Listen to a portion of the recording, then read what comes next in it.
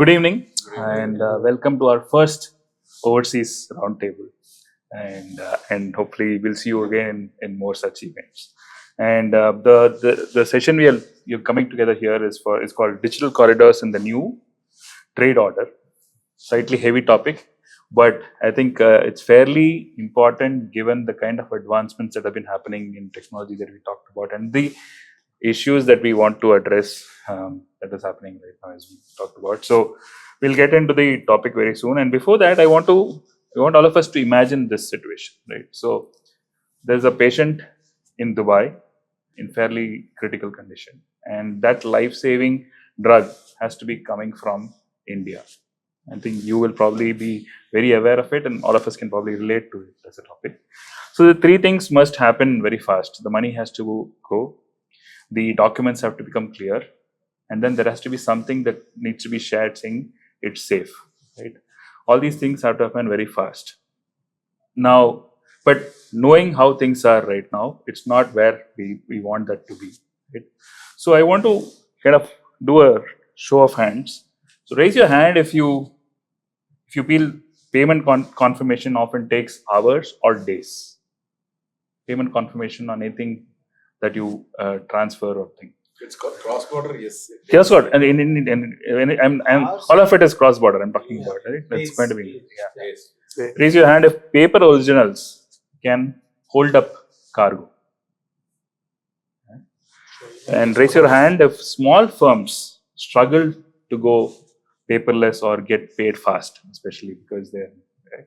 Yes. And last is raise your hand if real-time status is the hardest part. We were discussing that, right? Money send, docs, etc., etc. So what we are seeing is these things are not where we want them to be. And before we get further in, I just want to set the context for all of us. So when you're talking about a digital corridor, I mean a fast lane where money, data, documents flow instantly on basis of some very clear rules that we want to have, right? So we were, Snehal and I were discussing, right now we are seeing such fantastic customers experience advancements when we're doing it as an individual. Yes. And I'm buying a Starbucks coffee or doing something. And so a lot of times these changes that we see in the B2C world drives us to expect things in the B2B world as well, right? Especially so we are looking at trying to understand what can be done and to make these lanes faster in the digital corridor. So the first round, what I would like you to talk about is each of us can take up one document which you think should fully go digital, and what do you think is a turnaround that can be realistic on that. One cross-border payment, if you will, that should arrive in possibly seconds, if not much longer. And what is this ping of a milestone that is like, of a status change that you want to happen? Like in this case of the drug, that it is in terms of supplier payables and all of that.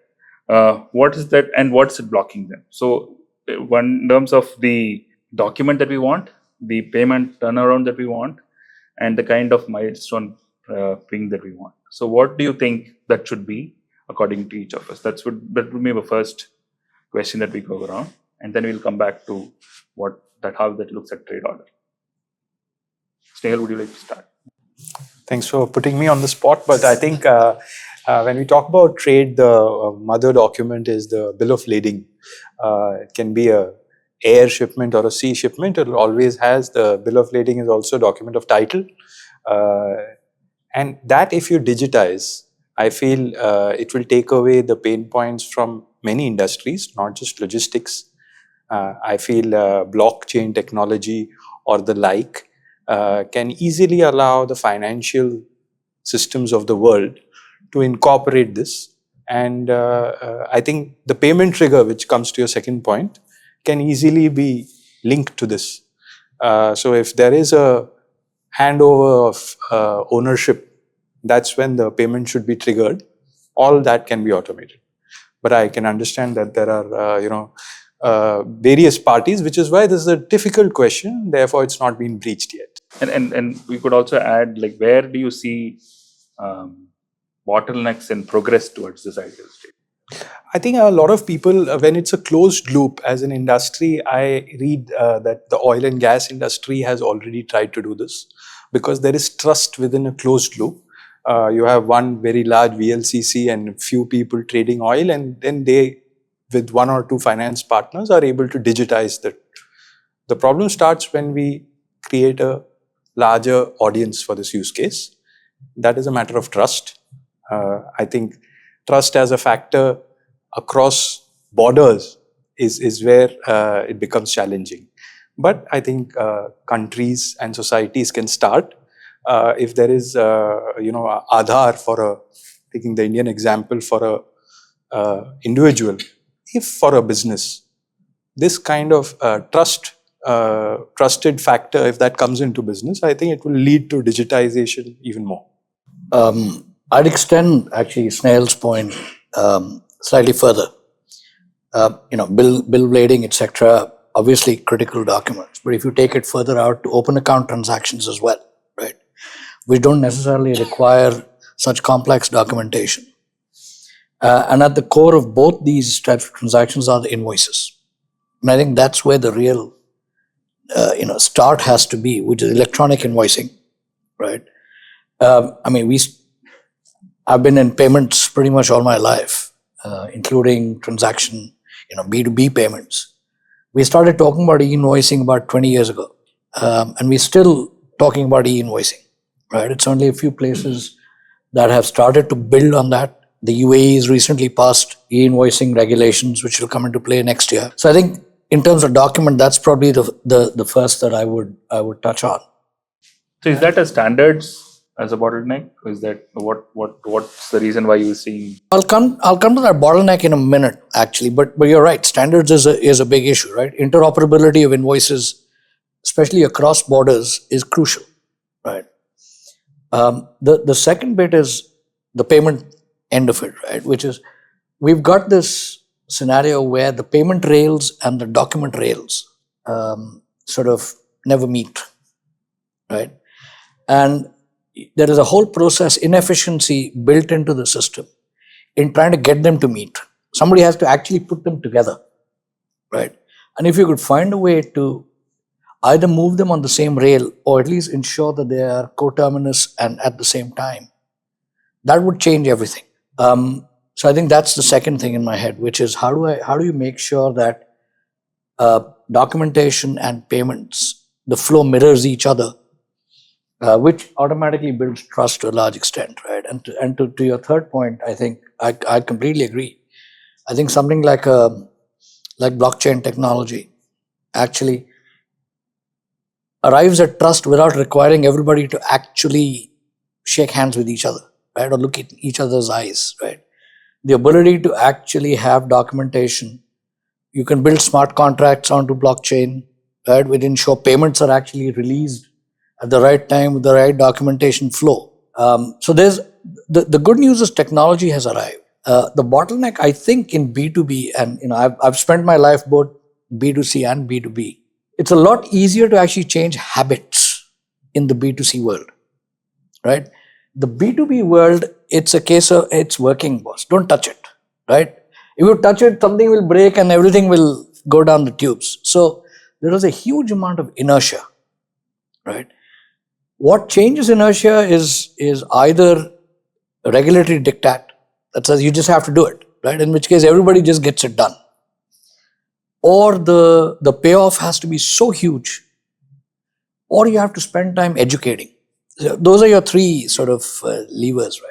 And I think that's where the bottleneck is. If we can, on trade corridors, the flows are so large, the upside is so large.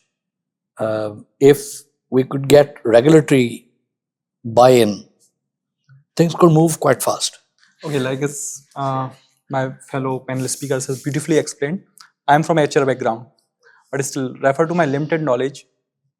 E-documentation must be expedited as soon as possible across the borders because documentation is taking a lot of time and cost, followed by payments. So let's take an example of sending or cash against documents kind of deals. So we send document, takes a lot of efforts, lot of cost, lot of time consuming. So if it is digitized by proper governance, and same time the payment can be aligned with it, payment confirmation, then it can be a game changer for the industry.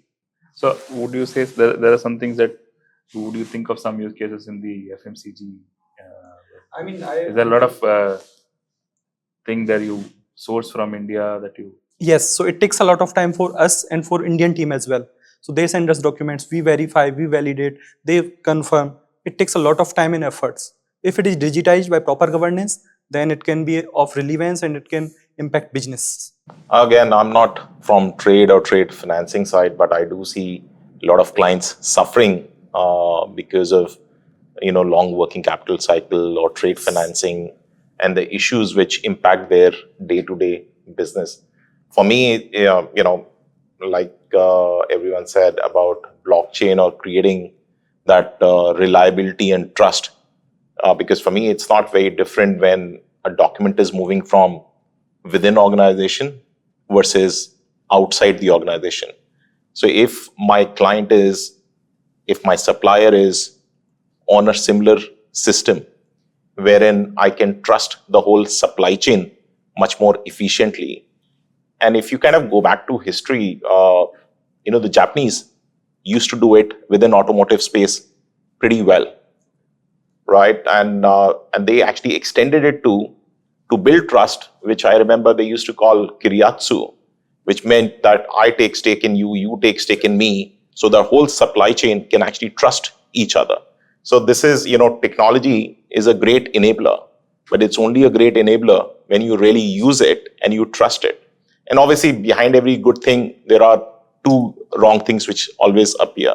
So one has to continuously invest and do something about it. I think in terms of payments, I think we've come a very long way. And I think we have come very long way because of the regulatory perspective, the cyber security perspective, and the whole thing which happened right from whether you take PayPal from a US perspective or you take a UPI from an India perspective and everything in between.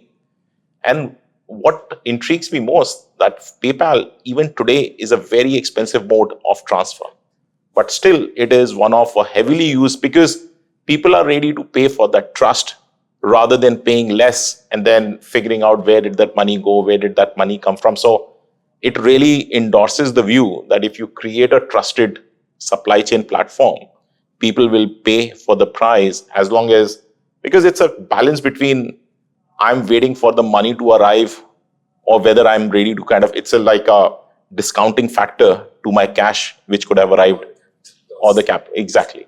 So from my perspective, I think digital is a great enabler. And how can we use it much better to create trust? At least we should start from a core perspective, who are my core suppliers, who are my next 10 suppliers, how do I really build out the whole supply chain with them? And clearly the layer is, especially on cross-border, different governments have different vision. And some governments start with the perspective that these are our trusted partners. And some governments believe that these are the most less, you can't trust these guys because somebody is exporting, whether I'm getting the right duty, whether the payment is coming on time. So there are a lot of parties involved, but hopefully we are trending in the right direction. Satya, Yeah, telecom. So in our industry, we have customers. Let's say I had a recent example. We have customers here who are sending messages in Saudi, and we work with Saudi Telecom to send those messages. So Saudi Telecom says, know your customer. So they want details of the customer, and their trade license has to be endorsed by government here or ministry here, and then go to Saudi embassy, get it endorsed, and then send. So it's getting delayed in activating a customer who is ready to pay. Payment is not a problem, but this documentation is taking. If this can be digitized and made it really quick, trade will not suffer.